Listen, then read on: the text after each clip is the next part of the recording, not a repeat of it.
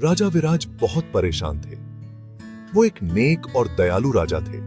प्रजा उनसे बहुत प्यार करती थी, लेकिन उनके मन में एक सवाल बार बार उठता रहता था, कौन सा रास्ता बेहतर है।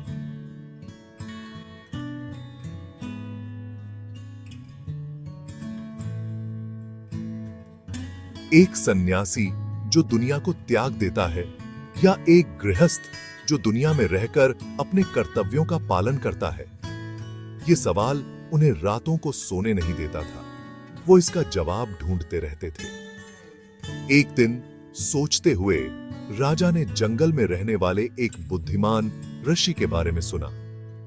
दूर दूर से लोग उनकी बुद्धिमत्ता का लाभ लेने आते थे। राजा ने उनसे मार्गदर्शन लेने का फैसला किया। वो अपने इस सवाल का जवाब पाना चाहते थे। शायद ऋषि उनका मार्गदर्शन कर सकें। राजा अपने कुछ विश्वास पात्र सैनिकों के साथ ऋषि को खोजने निकल पड़े।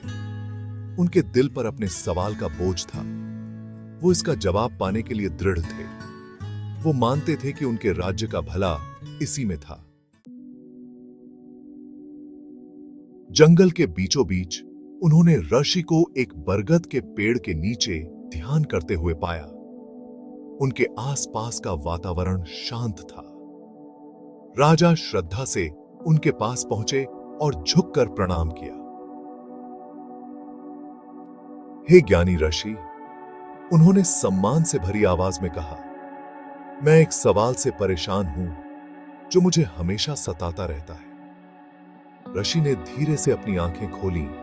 उनकी निगाह शांत और गहरी थी। उन्होंने राजा को अपने सामने बैठने का इशारा किया। बेझिझक बोलो राजा विराज, उन्होंने शांत और आश्वस्त करने वाली आवाज में कहा। अपनी परेशानी बताने से तुम्हें शांति मिलेगी। राजा ने ऋषि के सामने अपने दिल की बात कह दी। उन्होंने अपनी दुविधा के बारे में बताया, ये जानने की इच्छा के बारे में बताया कि कौन सा रास्ता बेहतर है। ऋषि धैर्यपूर्वक सुनते रहे। उनके चेहरे के भाव नहीं बदले। जब राजा बोलना बंद कर चुके तो ऋषि कुछ देर चुप रहे। राजा विराज, ऋषि ने आखिरकार कहा। उनकी आवाज धीमी लेकिन दृढ़ थी। आपके सवाल का जवाब सिर्फ शब्दों में नहीं मिल सकता, इसका अनुभव करना होगा। उन्होंने साथ में यात्रा करने का प्रस्ताव रखा। एक दूर के राज्य की तीर्थ यात्रा जहां एक स्वयंवर होने वाला था। राजा ज्ञान पाने के लिए उत्सुक थे। वो तुरंत मान गए और इस तरह उनकी यात्रा शुरू हुई। उन्होंने चहल पहल भरे शहरों और शांत गांवों से होते हुए विशाल मैदानों और ऊंचे पहाड़ों को पार किया। राजा, जो एक आलीशान जिंदगी के आदी थे, ने खुद को अपनी यात्रा की सादगी के अनुकूल बना लिया। रास्ते में उनका सामना हर वर्ग के लोगों से हुआ।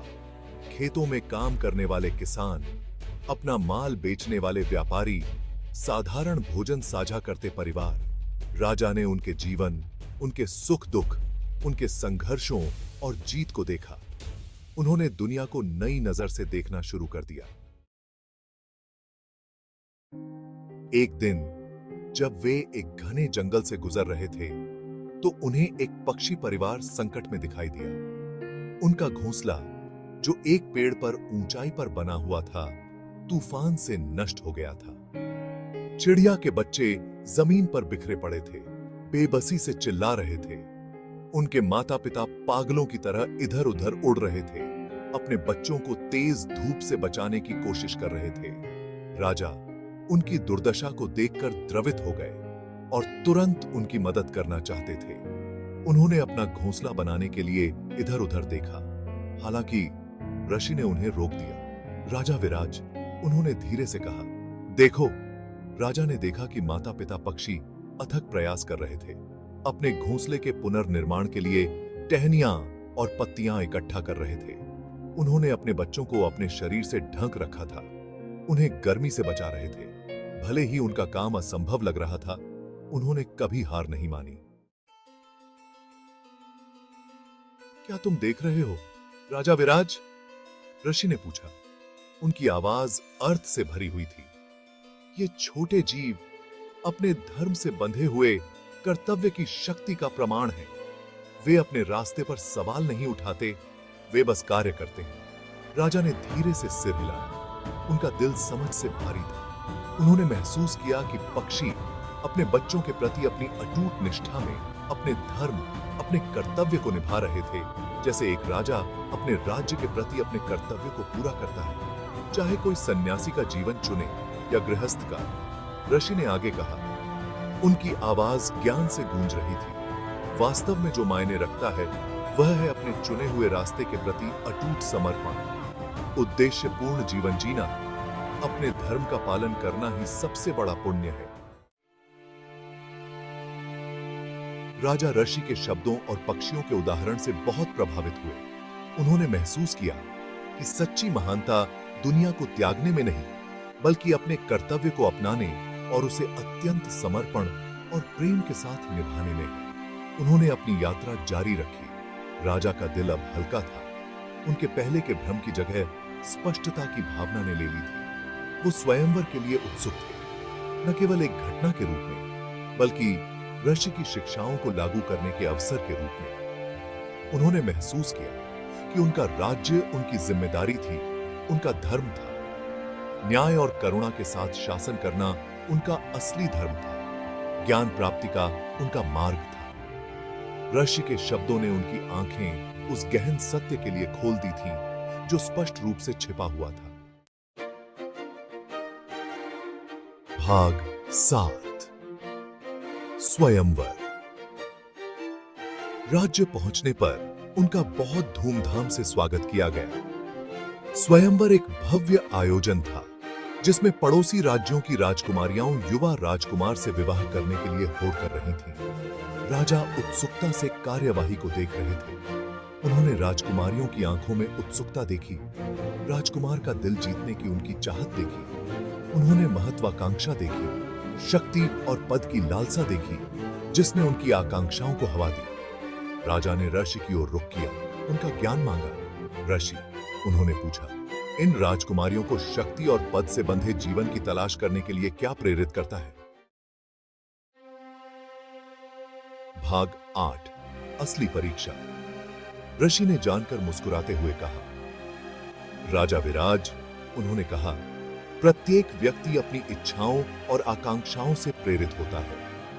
अनुभव की कठिन परीक्षा के माध्यम से ही वे कर्तव्य और पूर्णता का सही अर्थ सीखते हैं। स्वयंवर जारी रहा। प्रत्येक राजकुमारी ने अपने कौशल और प्रतिभा का प्रदर्शन किया।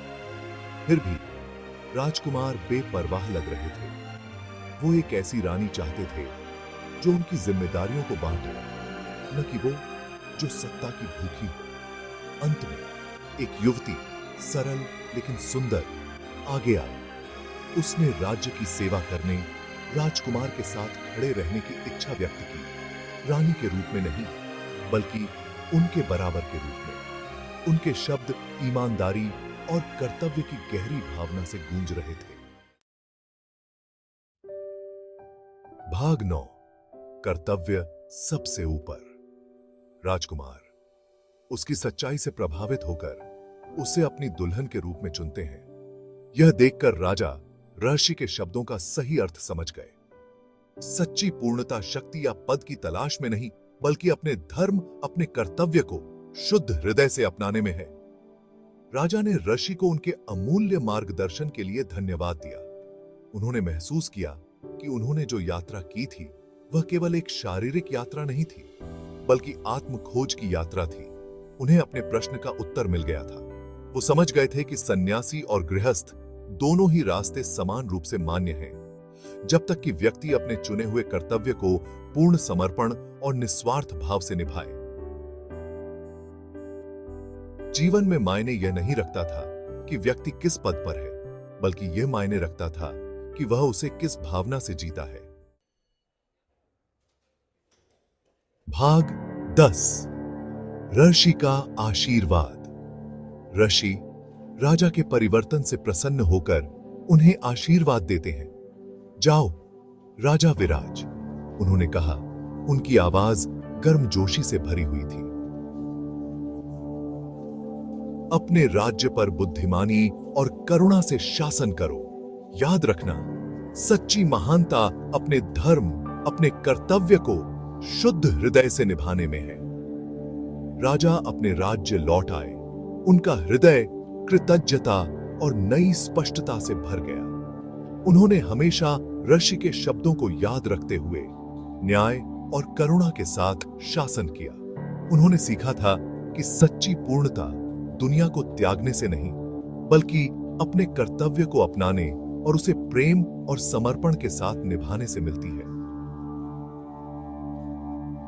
प्रकार राजा, जो कभी अपने प्रश्न से परेशान थे, को अपने धर्म के पालन में शांति और उद्देश्य मिला, जिससे यह साबित हुआ कि सच्ची महानता उस रास्ते में नहीं है जिसे व्यक्ति चुनता है, बल्कि उस भावना में है जिसमें वह चलता है।